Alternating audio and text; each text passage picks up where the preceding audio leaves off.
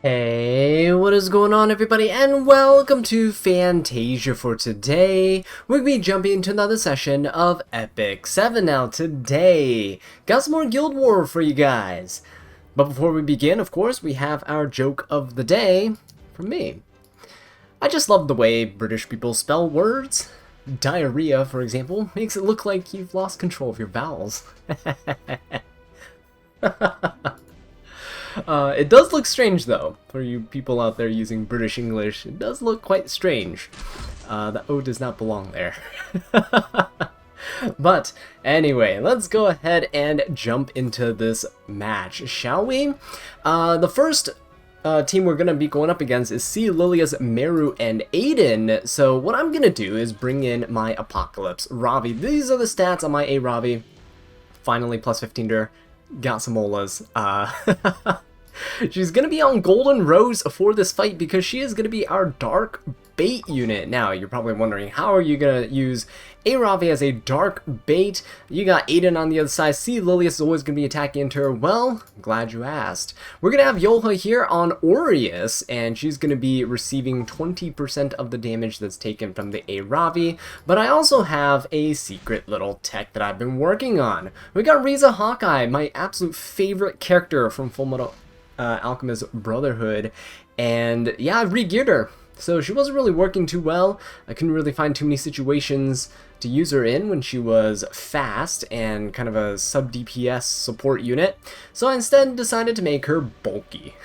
So she is going to be on Miscomfeel, and she's going to be a support unit that can defense break. She already has target in her kit, but most importantly, her passive here decreases the damage suffered by 30% when attacked by a single target attack. So when Aiden's trying to nuke her, the Aravi, we're going to be protected. Now, I took my Aravi off of Proof of Valor for that very reason, because this is essentially Proof of Valor, and it doesn't stack with Proof.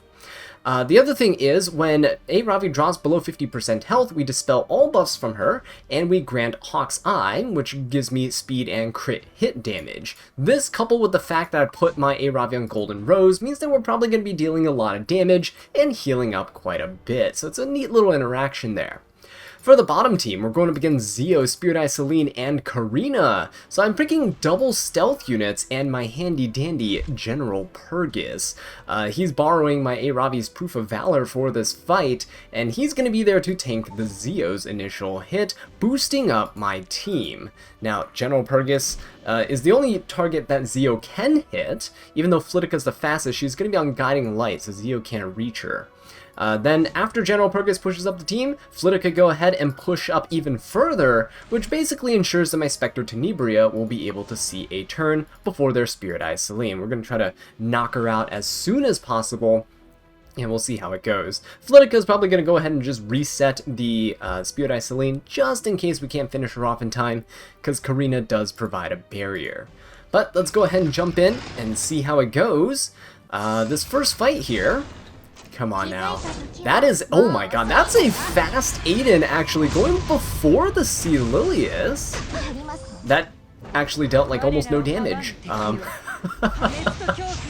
because it's such a fast Aiden. Trying to catch people off guard there. Alright, but Aravi should be fine here. What we can do at this point is, the Meru is very slow. We can just go ahead and dispel all the buffs off of this Meru and kind of push her back here. So get rid of the invincibility, or get fully resisted and proc magic for friends and a counterattack. That seems about right for where we are right now. Let's go ahead and provoke the C. Okay! Bastion of Hope C. Lilius. Gotcha. So that is what this team is, huh? Full resist units. I see. Well, let's go ahead and just slap that C. Lilius for a little bit of damage. And I guess we just hope that all goes well here. Yolha's going to be able to proc, which is nice, because Yolha should be able to finish off this Aiden. No defense buff or target there, which is unfortunate, but let's go ahead and finish off the Aiden. Yolha's here to kind of be able to nuke her, so I don't have to deal with her evasions and counters, so let's get rid of her there. And now it's pretty much just Meru. So look at this. The Riza proc the Hawk's Eye right here, giving her the speed and crit damage buff. That's only for herself, not for the A-Ravi. I must have misspoken earlier when I said that it was give it to the frontline unit, but that's not the case. We are, I think, yes, we're below half health, so this should actually deal quite a bit of damage here with the Golden Rose. Or sorry, heal a bit for us. Now, ooh, this Meru might actually finish off the oh no! Hey, there we go! Very nice. The Meru is probably going to finish off the Riza here, but that is perfectly fine because we can always bring her back. Let's go ahead and slam the A-Ravi S3. Look at that. Ravi has basically taken like no damage here in this entire fight, and we're looking pretty good. Now, I was not expecting everyone on this team to just be full resist, apparently. I don't know if that Meru 15%ed my Riza at the beginning or not, but this Sea Lilius is definitely a resist one with Bastion of Hope. That's kind of disgusting. You know what? We can't go for an S3 here. So let's just keep going for this. I think this should finish her off. There we go. Very nice. So things worked out in the end. Riza got protected by the A-Ravi, at least resurrected. And yeah, that skill null, just in case someone tries to focus her down. Alright, let's go into the second fight here. So General Perg is going to get hit, going to push up the entire team. I'm going to go for a hit on this Spirit Eye Celine. I'm not going to go for an S2 strip just yet. Let's just go for this reset. There we go, very nice. No 15% shenanigans there. I believe if I go into the Spirit Eye Celine now, it might be a bit of an issue. So I'm going to go for the Zeo. Let's try to stun her. We can let the Spirit Eye Celine kind of attack my General Purgus and turn cycle my team. The Zeo apparently is also on resist, so everyone here is a resist unit, so that's good to know. Let's go ahead and chop the Celine a little bit. There we go. Ooh, she's actually going to counter there. That's a little unfortunate. I did not want that to happen, but that's okay, because Flitica actually got pushed up a little bit, so we can strip here. The unfortunate thing is, because of that counter, the General Purgus is going to go down. I really want to soften up the Spirit Eye Celine, but that's okay. Let's go ahead and strip everybody. There we go. And I think if I go for the Zeo here... Nope, no blind. So now we're in a little bit of trouble, aren't we? Okay, never mind. We hit the Zeo, so that's good. Let's go ahead and Soul Burn, get rid of him there. Very, very nice. So I think at this point, we are pretty safe. Never mind. We are no longer safe.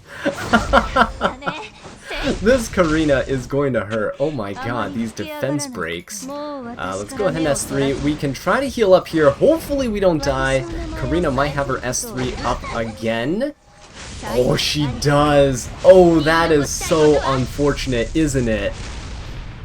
Wow. I think that General Purgus dying there. Oh my god, no. We gotta save that Spectre. General Purgus dying there because the counter from that Spirit Eye. Should have hit the Spirit Eye. Probably not. But I did want to get her down lower in terms of health so that we can actually deal with her. Ooh, that kind of hurts. Yeah, that was probably my fault there. So, let's go ahead and surrender this one. Unable to take this tower down, unfortunately, but that's quite alright. We'll get around to it. For the second tower here that we're going to fight, it's going to be the middle one, and this one's been giving my guild quite a difficult time, especially that first team. So this seems to be like one of those up-and-coming meta defenses, and I think I kind of found a sort of solution to that here, which is kind of nice. Same 3 units. Again, A-Ravi is still on the Golden Rose artifact. Gives her a bit of sustain, especially with all this damage mitigation that's already present. Yoha on the Aureus, and Riza again on Miss Comfeel. Hopefully this time around she can actually land some debuffs. For the second team, we got Lua, Shu, and Senya, so I'm going to bring in a pretty reliable team here. This guild does seem pretty tough to deal with, so we're going to have Rowana with Celestine to be able to hit into the Senya and get some heals. We have Pilus over here, which I'm actually going to go ahead and put her on self-imprint so that she can tank all the hits coming in from this Senya and from the Shu. I got Bellona right here, ML Bellona, on Sigurd's Scythe so that she can help heal and sustain herself. Quite happy with my counter build here, so let's go ahead and see what we can accomplish. For the first fight, it's going to be similar to the last one, except this time, Celurious is going to take the first turn. So we're going to have to contend with a Vigor buffed Aiden this time around. And a Ravi is going to get pushed back. Now, hopefully, we don't just implode right here. Okay, no, that is perfectly fine. Still not a ton of debuffs. Now, what I'm going to do here, because look at this. Riza's S3 dispels all buffs, right, and decreases combat readiness. So I want to be able to do this onto the Meru. Hopefully it's not a resist Meru like the last one apparently was. And we can actually strip and push her back. Very nice. And I'm going to go ahead and provoke the... Okay, or not. We're going to get 15% on Yoha. Meru is actually going to Magic Friends us, which is unfortunate. Alright, so here comes the S3. Aiden actually turn cycled there, which is a little unfortunate. Yoha's pushing herself up, so we can nuke the Aiden very, very soon. I am going to go on to this Meru. It's a very tanky Meru as well. Let's go ahead and see if we can S1 this. Nope, she's going to resist there, so I'm going to assume that everybody now is just on a resist Meru build, which is quite meta, if you do ask me. Yes, I really do. I would love to see these guys in their resist Meru builds. Might go for one myself. It's just absolutely ridiculous. Alright, let's go for another S1 here. Meru got the attack buff and the self-heal buff. Unfortunately, she's going to counter my Riza, crit her as well. That is going to be a double hit coming out. Attack buff, Vigor buff Meru. So the good thing is that even with all of that damage, we were able to weather the storm. Ravi can go ahead and heal up. Alright, that is good. What we can do is... Let's go for a provoke on the Celurious. There we go. And let's go for a hit on the Meru. She's going to counter once more, which is very unfortunate.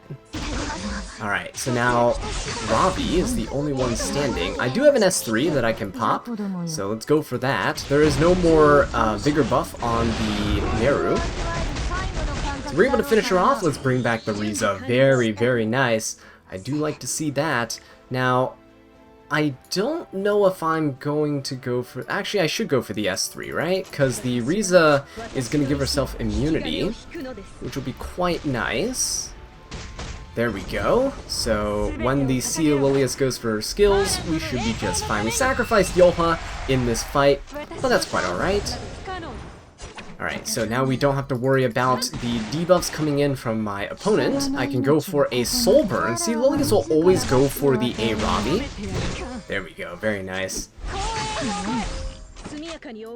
And so, there you go, nice. Finally hitting the target and defense break, allowing Ravi to finish things off. That actually came pretty close. I should probably have stopped hitting Meru because she was on counter build. But Riza, when you build her tanky, is actually able to survive quite a bit. If you didn't want her on Miss Confuse, you can actually help ensure her survivability by putting her on something like Proof of Valor. It's pretty nice. For, with this kind of bulk, you don't actually need to go Guiding Light. Might be a little different in RTA, but I've yet to test her there, so we'll see in the future. Alright, so our Bellona is on immunity now that she has countered, so she should be safe from any future debuffs coming out. There we go. We're taking a lot of damage here, but I think we'll be okay. No strip there, because everybody, remember, everybody in this guild is actually on a resist build. Let's go ahead and try to provoke this Lua. There we go, and let's go for an S1 onto the Senya so that she can at least heal us with a counter. Very nice. That actually provoked my Rowana, so I was not expecting that. That's actually a pretty high effectiveness Senya, given that my Rowana is like a 170, 180 resistance. Okay, what do we do here? I'm gonna just go straight for the Senya. Why not? Actually, I know why not. This is pretty bad, isn't it? Because this Shu is going to be attacking into me too.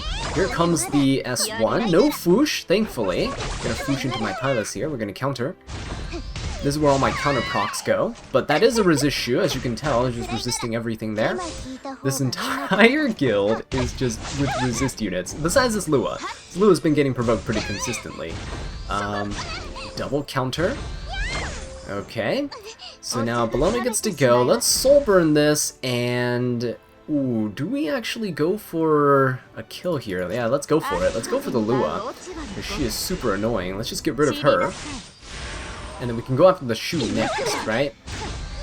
So Shu's gonna counter here. That's fine. Healing up the team. Okay, Senya's gonna go down as well. Uh-oh, there goes my source of easy healing. But now that Shu doesn't have any more buffs on her, that will help me out a little bit. Not that it really matters with the anti-crit and stuff, because Bellona will always crit regardless.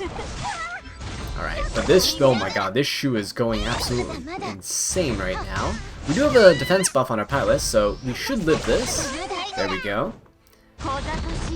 And hopefully, Bellona will be able to finish off Shu in my next turn. Let's go ahead and heal up the Pylus, though. This team is very, very safe. You can replace the Bellona with anything like Lionheart Sirmia. Alencia is actually a really common budget option, since Alencia is pretty good into the Senyas. You can strip their buffs, and you have multiple attacks that you can go into her with to have a higher chance of potentially critting her.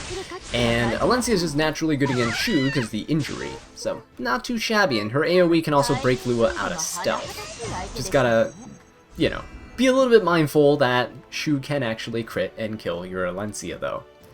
Alright, but that is the second match done. Hopefully now we can attack the stronghold once someone cleans up my failed attack from earlier. Alright guys, so we're hopping into the third and final battle of this guild war, going up against the Stronghold. So let's take a look at what they have in store for us, and of course, it's still gonna be another Aiden Meru comp. So, in response to that, we're just gonna continue doing what we've been doing, and it's been quite successful. Apoc Ravi here again on the Golden Rose artifact. We got Riza Hawkeye. Now, I'm a little hesitant on using Miss Camphile now, after seeing it get resisted by everything in this guild war. I could actually run her on Proof of Valor, but we'll keep her on this just in case it comes in handy. We do have her revive with a Ravi anyway, so it should be fine. For the knight this time around, we're using Last Rider Crow on Aureus, and the reason why is because Zio, even though he'll attack Riza with his first S3, all subsequent hits will go into the Last Rider Crow because he is a light element unit. Aiden's going to go into the A-Ravi, and Meru's just going to continuously AoE, and that can actually help our LR Crow a little bit, so we'll see how it goes. For the bottom team, it's a pretty typical defense, see Lilius, Senya, and Shu. By this time, most people have an answer for it. One of my favorite answers to this team comp is going for Conqueror Lilius, Zahak, and my Kawazu. So Zahak is going to be on Symbol of Unity just to deal a little bit of extra damage. And we got Infernal Kawazu here on Indestructible Gators. I'm just using him on Gators right now, just so if I proc that extra burn, it's almost a guaranteed kill. Zahak will go into the Shu, Kawazu will go into the Senya, and all should be good in this world. It doesn't matter if their Lilius goes first or not, because Zahak can cleanse the Kawazu. So let's go ahead and see what we can do, right? Okay, so for this first fight, I just hope that Zio won't, Zio can't deal a ton of damage here, but he will be dealing quite significant chunk, because he deals it based on percentage of max health, right? So there you go. Pushing back the Riza, she's silent, so she can't S3, which means I can't dispel this Aiden, but that should be okay. I will just go for, you know what, let's just go for a hit onto the Aiden, because it doesn't really matter right now. The LR Crow does give us a barrier, and I can go for an S3 to deal some damage, get some lifesteal back, because I am on Aureus, and I'm going to be taking quite a bit of damage on the LR Crow. Okay, so with this, I can just finish off the Aiden right now. The true damage from Crow helped out quite a bit. Crow wanted to get that last hit in, actually. And he's going to be taking the Zio. So that's actually a lot of damage from the Zio. but we should be okay here. Never mind, we're not very much okay here. So, what do? I'm gonna go straight for the Meru. Oh, but she is going to counter. That is going to take out the LR Crow. That is very unfortunate. I think I have to go ahead and push back the Zeo. So let's go for the S3. Pushes him back, and now with the A Ravi, we can finish off the Meru here. I think Riza might be going down, but that should be okay. She's kind of done her job already, keeping the Ravi alive this long. Okay, ooh, that's actually a lot of damage. Ooh, that's a lot of damage, isn't it? Alright, we gotta go for it. Let's go for the S3 onto the Meru. Zeo doesn't have his Deify buff anymore. We can heal up a little bit with the Golden Rose. If we bring back the Riza, it will be fantastic. Very, very nice. And so now let's go and just poke down the Zeo here. He doesn't get the extra hit, so Riza gets to get her revenge. Very nice. Get that target and defense break, and let's finish things off. Beautiful! Look at that APOC Ravi and Riza Hawkeye friendship there. She's the only one that ever gets revived. Could have done it without the revive anyway, but it is nice to see. A little silver lining, right? Riza technically survives her little debut video. Alright, let's go for C. Lilius here. Since we went first, we can actually try to push back their C. Lilius. There we go.